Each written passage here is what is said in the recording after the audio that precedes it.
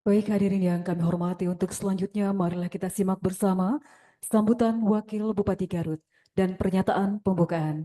Kepada yang terhormat Ibu Dr. Gigi L. Putri Karlina India, kami persilakan.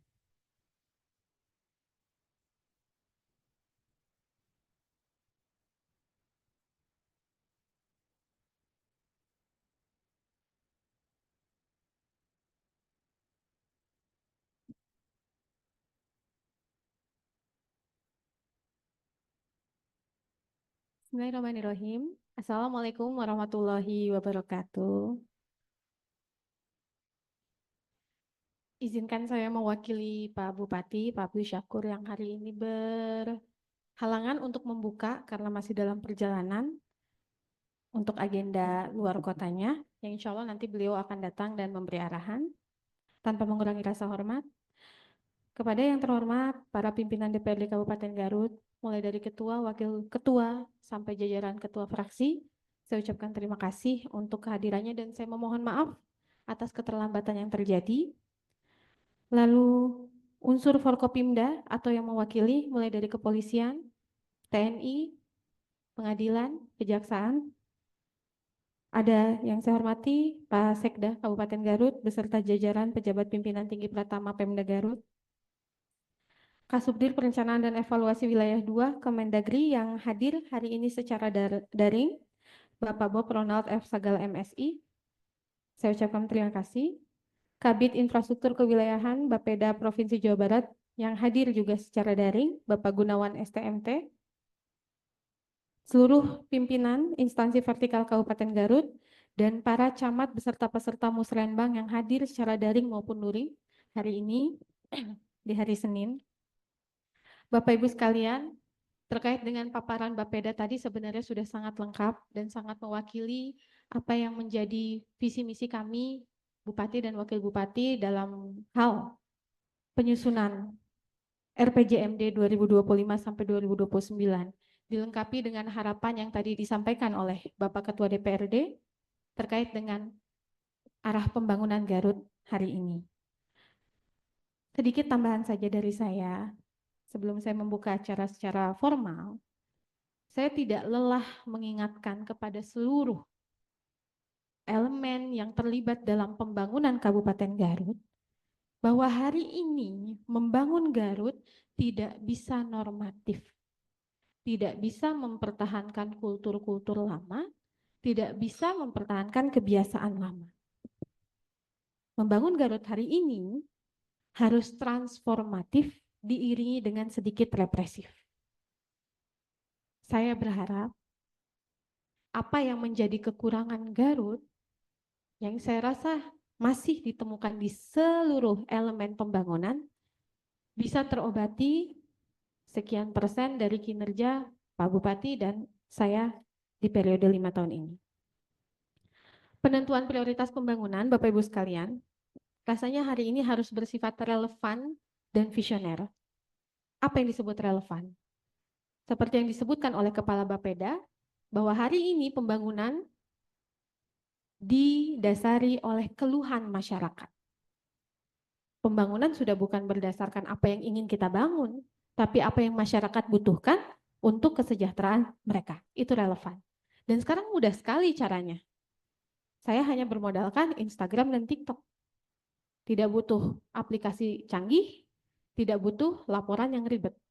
Dan itu semua saya rasa keluhan yang dirasakan masyarakat kalau sudah disampaikan lebih dari 10 orang itu artinya menjadi prioritas. Saya menerjemahkannya seperti itu. Relevan. Hari ini keluhan paling banyak pasti soal infrastruktur jalan rusak.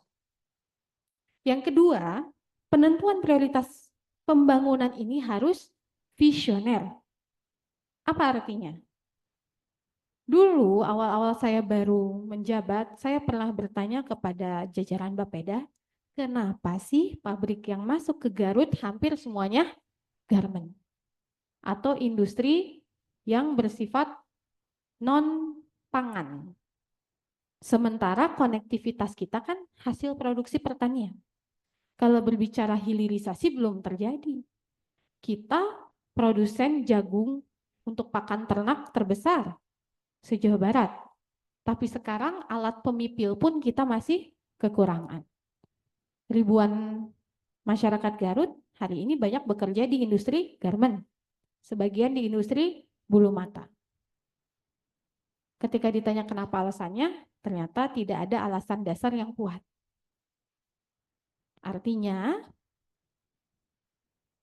hari ini kemarin-kemarin mungkin secara kajian investasi ini belum melibatkan banyak pihak. Kenapa? Saya kemarin diskusi dengan direktur CEO dari pabrik bulu mata. Mereka bilang, Ibu, everything yang bisa dibuat oleh China akan redup kalau produksinya di kita. Bulu mata sudah ada satu yang tumbang. Dan tidak menutup kemungkinan yang lain akan tumbang. Bagaimana tidak? UMR kita 2, sekian juta. Sementara kalau China yang buat, itu dia bisa pakai UMR untuk negara komunis. Which is di bawah 500.000. Jauh sekali. 4 kali lipat di kita. Ya pasti produksi akan pindah ke sana. Kos produksi akan tertekan jauh. Jadi kalau kita mengandalkan pabrik-pabrik yang masih sangat kompetitif dengan pabrik China, tentu saja akan kalah. Makanya saya bilang itu tidak visioner. Dalam tahun depan pun saya rasa sudah tidak lagi relevan untuk membuat pabrik-pabrik yang produksinya adalah bahan-bahan yang bisa China buat. Makanya saya berharap kajian kolaboratif ini menjadi penting untuk seluruh stakeholder, terutama akademisi. Ini harus sangat terlibat dan harus sangat update apa yang dikajinya. Jadi kalau saya bilang hari ini bulu mata sudah tidak bisa dibuat, apa alternatif dari investasi industri yang baru? Tapi yang jelas harus ada korelasi antara apa yang dihasilkan oleh Garut dan apa yang harus diolah di Garut itu sendiri. Ada beberapa elemen. Satu, tadi jagung. Kedua, kulit atau domba Garut yang hari ini dihasilkan. Pengrajin kulit di sini kebanyakan mendapatkan kulitnya tidak dari Garut. Harus dapat dulu dari luar. Kenapa? Karena di sini tidak ada rumah potong hewan yang representatif. Artinya bolak-balik. Pun itu yang terjadi di pasar, di komoditi pasar. Tomat dan segala macam itu bolak-balik. Dihasilkan di Garut, dijual dulu keluar, orang Garut harus beli dari luar. Apakah permasalahan ini tidak penting? Saya rasa sangat penting. Karena kalau berbicara soal lapangan pekerjaan, pasti industri yang relevan ini menjadi sangat penting untuk kita kondusifkan. Jadi saya berharap di rencana-rencana teknokratik nanti ini akan mengkaji, memecahkan solusi-solusi yang saya pikir ini masalahnya konyol. Konyolnya dari kita, dihasilkan oleh kita, tapi kita harus beli lagi dari orang lain karena kita kekurangan satu elemen antaranya. Begitu. Terus kita juga harus memikirkan, ini yang masih missing, yang masih hilang dari Kabupaten Garut adalah apa sih identitas utama dari Kabupaten Garut sebagai potensi ekonominya. Bapak Ibu mau mengembangkan apa di Garut? Kita ngomongin jalan harus mulus. Untuk apa? Konektivitas masyarakat. Yang paling penting adalah konektivitas ekonomi. Tapi apa komoditi ekonominya yang mau dibangun? Kajian ini harus penting. Kalau misalnya kita mau mengarahnya ke industri kulit, silahkan kaji industri kulit dengan sangat dalam. Supaya apa? Supaya siapapun bupati dan wakil bupatinya nanti itu berjalan. Tidak ada di riset lagi dari nol. Tidak ada pembangunan yang tidak terarah. Root cause analysis ini harus penting untuk dikaji. Contohnya, kenapa sekarang jalan rusak hampir merata di seluruh Kabupaten Garut? Sampai saya repot menginventarisir. Ajuan dari PUPR banyak sekali. Malu kita juga bawanya ke provinsi. Di satu sisi isunya adalah dana hibah, dana banprop semuanya ke Garut. Sekarang ada sentimen negatif Bapak Ibu dari provinsi terkait dengan bantuan ke Kabupaten Garut. Ini kan akibat ulah oknum-oknum kita sendiri. Makanya pada hari ini pembangunan ini harus mengkaji apa sih akar permasalahan. Akar permasalahan dari jalan rusak, drainase yang buruk. Jadi jangan coba-coba membangun jalan tanpa drainase yang baik. Kalau tidak mau kita repot terus dengan pembangunan berulang yang akhirnya secara budget inefisien. BPBD juga rawan bencana. Kita terus-terusan harus membangun daerah-daerah yang terkena bencana. 70% hari ini mungkin anggaran digunakan untuk mengobati pasca bencana. Tapi kita harus shifting pelan-pelan, 70%-nya harus dibalik, 70%-nya jadi anggaran untuk pencegahan kebencanaan.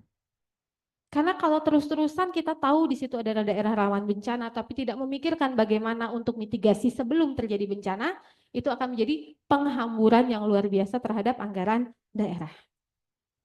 Arah pembangunan ini harus tertakar, berpedoman, dan berkelanjutan. Yang selanjutnya, kepuasan masyarakat terhadap pelayanan publik juga penting untuk dipertimbangkan. Terkait dengan pengaduan-pengaduan pelayanan publik, ini juga perlu digitalisasi untuk kemudahan-kemudahan tersebut. Jadi makanya menurut pemaparan Pak Kepala Bapeda, kita masih lambat di sistem informasi. Makanya itu harus menjadi prioritas untuk kemudahan pelayanan publik. Bapak Ibu sekalian, saya rasa pengkajian yang kuat terkait rencana pembangunan dengan unsur kolaborasi antar pihak, antar stakeholder ini akan meminimalisir resiko gesekan antar lembaga. Sering kita menemui DPR dan eksekutif, legislatif dan eksekutif tidak akur terkait dengan pembelanjaan APBD. Tapi saya yakin kalau hari ini kajiannya adalah kajian empiris berdasarkan hal yang pasti, mau di debat bagaimanapun tidak akan kalah. Ajuan-ajuan dari pemerintah harus tadi relevan dan visioner. Kalau itu kuat alasannya, saya rasa legislatif pun akan berjalan seiringan. Kan yang sering menjadi konflik internal itu adalah ketika kita hanya membangun tapi tidak jelas arahnya mau apa untuk siapa. Itu semacam penyakit pemerintah ya, bisa membangun tidak bisa merawat. Jangan sampai hal-hal tersebut bertambah di kepemimpinan saya dan Pak Bupati. Pembelanjaan APBD dan dana-dana lainnya ini wajib berbasis, tadi kalau Pak Ketua DPR ngomongnya kesejahteraan. Kalau saya sedikit beda, kemandirian. Kurang-kurangin nyuapin masyarakat dengan bantuan satu arah. Bantuan satu arah itu artinya hanya memberi taharap kembali, itu rasanya hanya berlaku untuk seorang ibu kandung. Kalau kita bisnis harus tetap berjalan, masyarakat harus dimandirikan.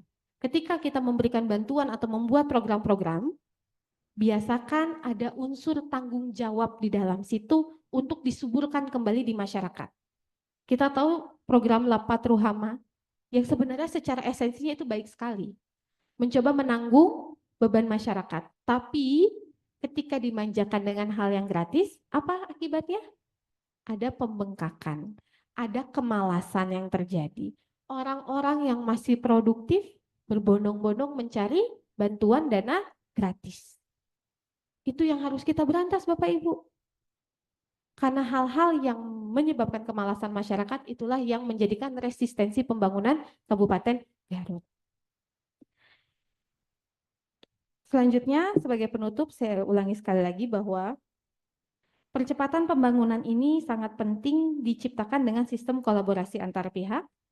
Saya rasa prioritas pembangunan harus disepakati bahwa ini adalah tentang infrastruktur jalan, lingkungan hidup, terutama pengelolaan sampah, karena ini adalah masa depan anak cucu kita, dan juga program-program yang dapat meningkatkan kapasitas dari masyarakat. Sekali lagi, tadi di apel juga saya bilang, hindari pembelanjaan mega proyek kalau tidak bisa bertanggung jawab dengan pemeliharaannya atau secara hitung-hitungan tidak worth it. Sebaiknya prioritaskan jalan, infrastruktur untuk menunjang ekonomi masyarakat, menunjang akses pendidikan, menunjang akses kesehatan bagi masyarakat Kabupaten Garut. Kalau boleh mungkin dibilang, angkatan saya dan Pak Bupati hari ini adalah periode membenahi, bukan periode membangun. Membenahi untuk selanjutnya dilanjutkan oleh siapapun itu harus dilanjutkan supaya Garut harus maju, masyarakat Garut harus mandiri dan sejahtera. Sekian yang dapat saya sampaikan dengan mengucapkan Bismillahirrahmanirrahim.